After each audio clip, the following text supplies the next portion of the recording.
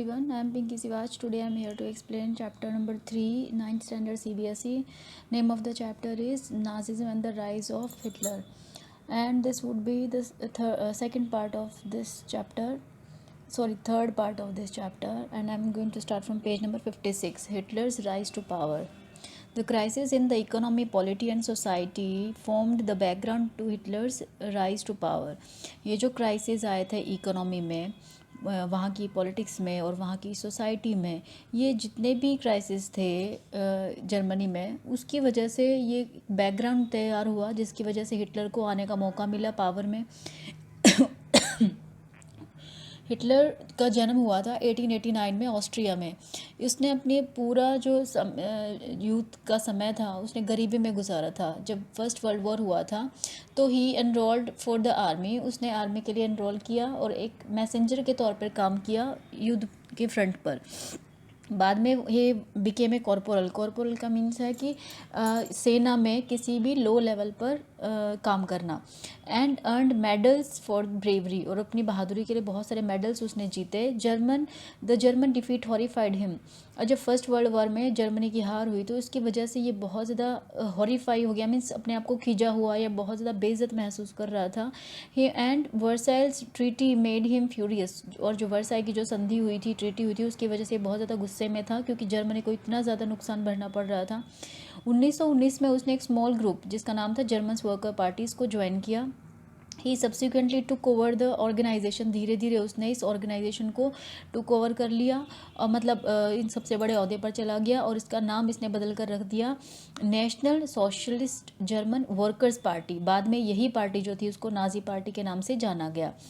In 1923, Hitler planned to seize control of Bavaria, march to Berlin and capture the power. 1923 में Hitler ने plan किया था कि बावरिया में जो जर्मन एक ऐसी वो जगह है जहाँ पर जर्मन पार्लियामेंट है बावरिया में, उसको वो उसके ऊपर ये कंट्रोल हासिल करेगा। उसके बाद बर्लिन की तरफ बढ़ेगा और पूरी शक्ति को हासिल कर लेगा।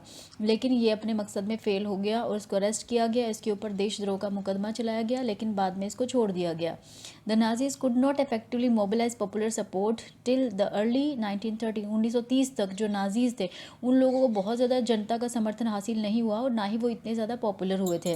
ये समय आया ग्रेट डिप्रेशन का, आर्थिक मंदी का जो दौर आया फर्स्ट वर्ल्ड वॉर के बाद, उसकी वजह से जो नाजिज्म था वो एक मास मूवमेंट में कन्वर्ट हो गया। जैसा कि हमने देखा 1923 के बाद जो बैंक थे दैट वर कोलैप्स्ड, बिजनेस जो थे वो बंद हो चुके थे, वर्कर्स जो थे उन्होंने अपनी जॉब खो दी थी, मिडिल क्लास जो थे वो बहुत ज़्यादा डेस्टिनेशन की हालत में थे और उनके ऊपर डर मंडरा रहा था कि वो बिल्कुल ही बर्बाद हो जाने वाले हैं। ऐसी सिचुएशन में जो नाजी प्रोपेगेंडा था उसने लोगों के मन में बेहतर उम्मीद जगाई, बेहतर फ्यूचर की उम्मीद जगाई। इन 1928 Nazi party got more than 1928 में नाजी पार्टी को वहाँ पर 2.6% वोट्स मिली राइक्सटैग के लिए, जो जर्मन पार्लियामेंट है। जर्मन पार्लियामेंट बाय 1932, उसके बाद 1932 में ये सबसे बड़ी पार्टी बन गई 37% वोट्स हासिल करके। Hitler was a powerful speaker. Hitler जो था, यहाँ पर आप you can see in the picture Hitler being greeted at the party Congress in Nuremberg in 1938।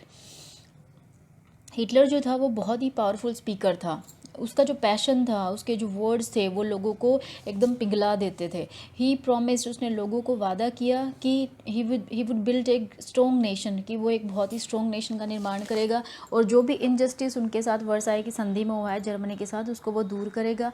Germany के जो लोग हैं उनकी डिग्निटी को वापस लाएगा। उसने लोगों से वादा किया कि वो बहुत ज़्यादा एम्प्लॉयमेंट लोगों के लिए लेकर आएगा और ऐसा इस तरीके से काम करेगा एंड ए सिक्योर फ्यूचर, और जर्मनी के यूथ के लिए एक सिक्योर फ्यूचर का निर्माण करेगा। उसने वादा किया कि जो भी फॉरेन इन्फ्लुएंसेस हैं उनको वो उखाड़ फेंकेगा, जो भी दूसरे देश कॉन्स्पिरेसीज कर रहे हैं जर्मनी के खिलाफ वो उनका मुंह तोड़ जवाब देगा। Hitler devised a new style of politics, क्योंकि वो पावर में आ चुका था, उसने एक नए तरीके की पॉलिटिक्स जो थी उसको डिवाइस किया। He understood the significance of rituals and spectacle of mass mobilisation. वो ये समझता था जो भी रीति रिवाज जो रिचुअल्स होते हैं उनकी क्या इंपॉर्टेंस है, वो ये बात जानता था। और मास मोबिलाइजेशन की जनता का जो समर्थन है उसको दिखावा करना कि कितना ज़रूरी है, वो इन सभी चीज़ों को समझता था। नाजी जो लोग थे उन्होंने बहुत बड़ी मैसिव रैलियाँ ऑर्गेनाइज़ की, पब्लिक मीटिंग्स ऑर्गेनाइज़ की, डेमोन्स्ट्रेशन किया टू सपोर्ट फॉर हिटलर की सपोर्ट के लिए, ताकि लोगों के अंदर एक सेंस ऑफ यूनिटी जो है वो इंस्टिल की जा सके। रेड बैनर्स विद स्वास्तिक, यहाँ पर आप देख सकते हैं इन पिक्चर्स में इस तरीके की जो ये एक रैली का पिक्चर दिया गया है 1936 में। Rallies like this were held every year, हर साल इस तरीके की जो रैलियाँ हुआ करती थी वहाँ पर। और अलग अलग तरीके की जो ऑर्गेनाइजेशंस होती है, यूथ ऑर्गेनाइजेशन, वो परेड करती थी हिटलर के सामने, और वहाँ पर कसम खाई जाती थी कि लॉयल्टी एंड लिसन, कि वो हमेशा हिटलर के प्रति लॉयल रहेंगे। और उसकी जो स्पीच हुआ करती थी, वो उसकी पावरफुल स्पीच उसको सुनते थे। तो नाजी सैल्यूट, वो जिस तरीके के रेड बैनर्स यहाँ पर देख रहे हो ये हुआ करते थे, और बैनर्स जो थे वो लगाए जाते थे, रिचुअल्स हुआ करती थी, एंड रिचुअलाइज्ड राउंड ऑफ अप्लॉज, जिस तरीके से राउंड ऑफ अप्लॉज किया जाता है जोश बढ़ाने के लिए। और उसकी जो स्पीच थी were all part of his spectacle of power, उसकी जो शक्ति का प्रदर्शन हुआ करता था, ये सारी चीज़ें उसमें शामिल हुआ करती थी। Nazi propaganda skillfully projected Hitler as a messiah, Nazi का जो प्रोपेगेंडा था, उसका जो प्रचार करने का तरीका था, उसमें हिटलर को एक मसीहा के तौर पर दिखाया गया कि वो एक मसीहा है, एक सेवियर है, दुनिया को, लोगों को बचाने वाला है, एक ऐसा व्यक्ति जो आया है लोगों को उनके दुख से निकालने के लिए। It is an image that capture the imagination of people who sense of dignity and pride has been shattered. ये एक ऐसी इमेज थी उसकी जो लोगों ने अपने मन में बना ली थी। लोग इमेजिन कर रहे थे कि ऐसा व्यक्ति आए जो उनकी डिग्निटी, उनका जो प्राइड था, ऐसे लोगों का जो गर्व था, प्राइड थी, डिग्निटी थी, वो सब कुछ खो चुकी थी। उन लोगों के मन में एक बेहतर उम्मीद जगाई इस नाजी प्रोपेगेंडा से हिटलर के लिए।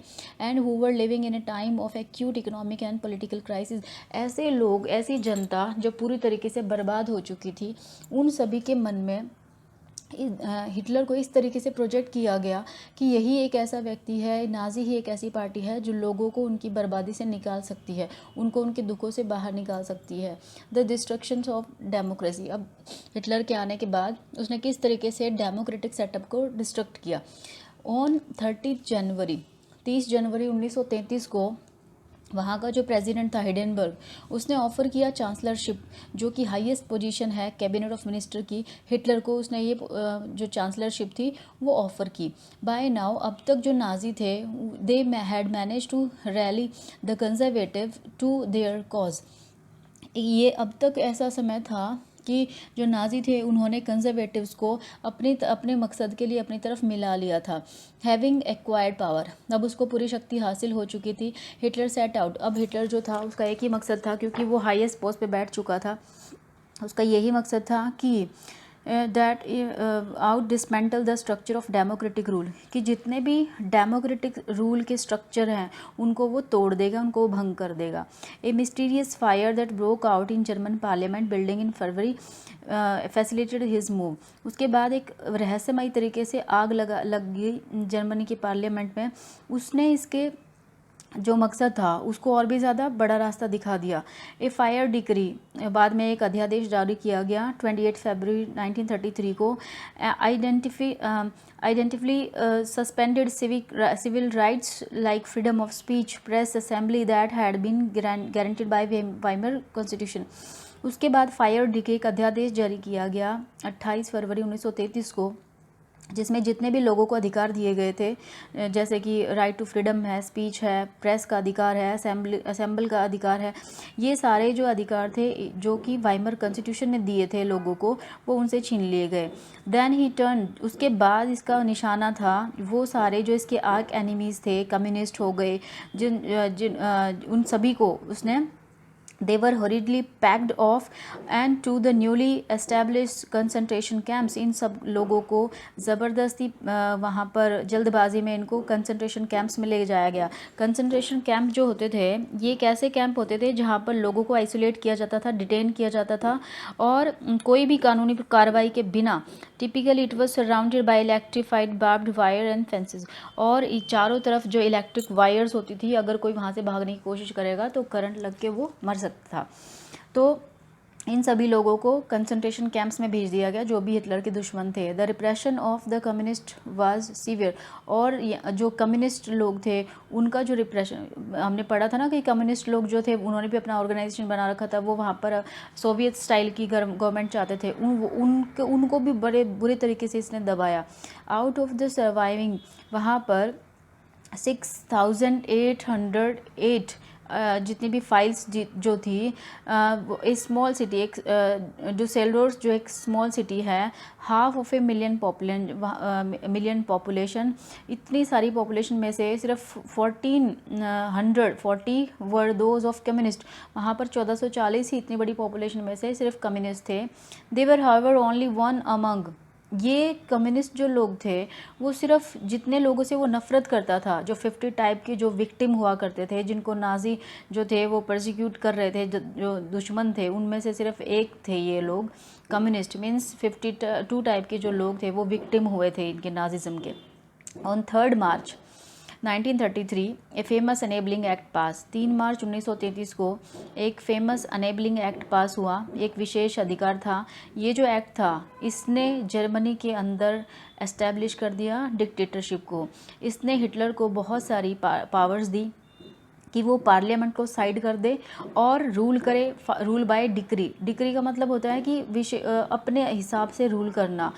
ऑल पॉलिटिकल पार्टीज़, जितनी भी दूसरी पॉलिटिकल पार्टीज़ थी, ट्रेड यूनियंस थी, उन सबको बैन कर दिया गया सिवाय नाजी पार्टी और जो भी इसके एफिलिएट्स थे उनके अलावा सब कुछ बैन हो गया। The state established complete control over, जो स्टेट था मीन्स जो शक्ति थी, राज्य की शक्ति जो अभी किसके हाथों में थी, हिटलर के हाथों में थी, उसका पूरी तरीके से कंट्रोल हासिल हो गया था वहाँ की इकोनॉमी पर, वहाँ की मीडिया पर, वहाँ की आर्मी पर, वहाँ की जुडिशरी पर। तो इस तरीके से हिटलर का जो डिक्टेटरशिप था वो शुरू हो गया था जर्मनी में। Special surveillance and security forces, अब इतने सारे लोगों को किस तरीके से वो कंट्रोल कर रहा था, उसके पास कुछ स्पेशल तरीके की फोर्सेस हुआ करती थी, जैसे स्पेशल सर्विलियंस फोर्सेस थी, निगरानी सुरक्षा बोलते हैं इसको, सिक्योरिटी फोर्सेस थी।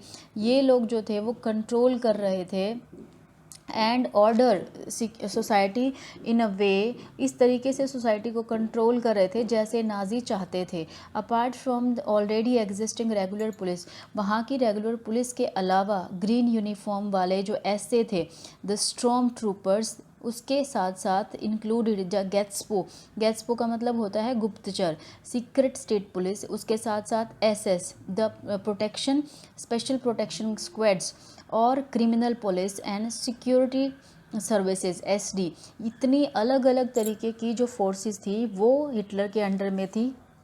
It was the extra constitutional power of these newly organized forces that gave the Nazi state its reputation as the most dreaded criminal state.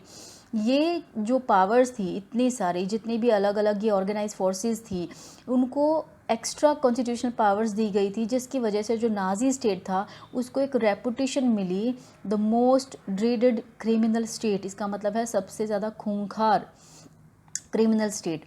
People could now be detain in Gestapo torture chambers, अब जो लोग थे उनको detain किया जा सकता था, नज़रबंद किया जा सकता था गेट्सपो टॉर्चर चैम्बर्स के अंदर, और उनको हथकड़ियाँ पहनाकर उनको कंसंट्रेशन कैंप्स भेजा जा सकता था, उनको डिपोर्ट किया जा सकता था विल और उनकी मर्ज़ी से, अरेस्ट किया जा सकता था बिना किसी लीगल प्रोसीजर के। The police forces acquired power to rule with impunity, जो पुलिस थी, पुलिस को जो थी बहुत सारी निरंकुश शासन करने की, मतलब उनके ऊपर किसी का कोई भी अंकुश नहीं था, उनको इस तरीके से अधिकार मिला हुआ था पुलिस को कि वो अपनी हिसाब से रूल कर सकें। फिर है रिकन्स्ट्रक्शन, मीन्स हिटलर ने कुछ अच्छे काम भी कराए थे, रिकन्स्ट्रक्शन वर्क। हिटलर जो था उसने he assigned the responsibility of economic recovery to economist Hjalmar Schacht, उसका अब क्योंकि वहाँ की जो इकोनॉमी थी उसको उठाने का भी काम करना था, लोगों को रोज़गार भी प्रोवाइड करना था, ये सारे काम करने के लिए पूरी जो रिस्पॉन्सिबिलिटी थी हिटलर ने वो दी इकोनॉमिक रिकवरी के लिए, उसने काम सौंपा वहाँ का जो इकोनॉमिस्ट था हाजमर शाफ्ट। उसका मकसद था full production and full employment through the state funding work creation program. उसका मकसद था कि पूरा लोगों को एम्प्लॉयमेंट प्रोवाइड किया जाए पूरे तरीके से, लोगों को काम दिया जाए, फुल प्रोडक्शन किया जाए, और ऐसे वो पैसा जो कहाँ से लाया गया हो, जो कि स्टेट फंडिंग से पैसा लिया जाए इस सब काम के लिए। दिस प्रोजेक्ट प्रोड्यूस, ये जो प्रोजेक्ट था इसने प्रोड्यूस किया जो फेमस जर्मन सुपर हाईवेज़ हैं उनको प्रोड्यूस किया, और जो पीपल्स कार हैं वोक्सवैगन उसको प्रोड्यूस किया। इन फॉरेन पॉलिसी, अब हिटलर की जो फॉरेन पॉलिसी होती है, मतलब दूसरे देशों के साथ वो किस तरीके से रिलेशन रखेगा, उसमें भी जो हिटलर था वो बहुत ज़्यादा कामयाबी हासिल कर रहा था। उसने अपने हाथ खींच लिए थे लीग ऑफ नेशंस से 1933 में रीऑक्यूपाइड, और इसके बाद उसने रीऑक्यूपाई कर लिया था राइनलैंड को 1936 में, और उसने ऑस्ट्रिया और जर्मनी को इंटीग्रेट कर दिया था, एक साथ जोड़ दिया था 1938 में। उसका एक स्लोगन था one people one empire one leader. He then sent, उसने बाद में he set on the rest German speaking, जितने भी जो बाकी बचे हुए जर्मन भाषी एरिया थे, जर्मन बोलने वाले लोगों के जो एरिया थे, सुदेतनलैंड, चेकोस्लोवाकिया, उन सबको, and gobbled up the entire country, और पूरे जो देश था उसको उसने एक साथ में जोड़ने का काम किया। In all of this he had the unspoken, ये सारे काम जो वो कर रहा था उसको एक चुपचाप से एक समर्थन मिल रहा था, सपोर्ट मिल रहा था इंग्लैंड का, which had considered the Versailles verdict too harsh. अब इंग्लैंड इसको क्यों सपोर्ट कर रहा था, क्योंकि इंग्लैंड को ऐसा लगता था कि जो भी वर्साइल की वर्डिक्ट में जो भी हुआ था वो जर्मन लोगों के साथ बहुत ज़्यादा हार्श था। ये इतनी सारी कामयाबी जो उसको मिल रही थी घर पर और जो उसके देश में और जो एब्रोड में, उससे ऐसा लग रहा था रिवर्स द डेस्टिनी, कि उसकी जो देश का जो भाग्य है वो जल्दी से रिवर्स होने जा रहा है। हिटलर यहाँ पर भी नहीं रुका। शाक जो था उसने उसको एडवाइस किया हिटलर को कि जितना भी वो पैसा खर्च कर रहा है, usually in the rearmament as the state still ran on deficit financing, कि हिटलर जितना भी पैसा खर्च कर रहा था हथियारों पे या फिर युद्ध की चीज़ों के ऊपर, उससे अभी भी जो देश था वो फाइनेंस कंडीशन उसकी इतनी भी अच्छी नहीं थी। कॉशियस पीपल, लेकिन यहाँ पर क्योंकि हिटलर को कॉशियस पीपल जो थे वो पसंद नहीं थे, उनका जर्मनी में कोई भी स्थान नहीं था, शाक जो था उसको छोड़कर जाना पड़ा। Hitler chose war as the way out of approaching, Hitler ने कौन सा रास्ता चुना, युद्ध का रास्ता चुना अपने देश की प्रॉब्लम्स को सुलझाने के लिए, and out of approaching economic, अपने देश के इकोनॉमिक क्राइसिस को दूर करने के लिए उसने क्या सोचा कि दूसरे देशों को जीता जाए, उनके रिसोर्सेज को इस्तेमाल किया जाए। इन सितंबर 1939 जर्मनी इन्वेडेड, सितंबर 1939 को जर्मनी ने आक्रमण किया पोलैंड पर, and this started the war with France and England, और इसके साथ साथ फ्रांस और इंग्लैंड के साथ भी युद्ध शुरू हो गया। And in September 1940 a tripartite pact was signed between, उसके बाद सितंबर 1940 में एक त्रिपक्षीय समझौते के ऊपर हस्ताक्षर किए गए, साइन किए गए जर्मनी, इटली और जापान के बीच में। हिटलर जो था उससे उसकी जो शक्ति थी वो बहुत ज़्यादा हो गई, and Hitler's claim to international power, puppet regimes supportive to Nazi Germany were installed in a large part of Europe. जिन जिन एरियाज़ को ये जीत रहा था, हिटलर जो दावा कर रहा था, क्लेम कर रहा था इंटरनेशनल पावर पर, तो पपेट रूलर जो थे उनको वहाँ पर इंस्टॉल कर दिया जाता था नाजी जर्मनी में।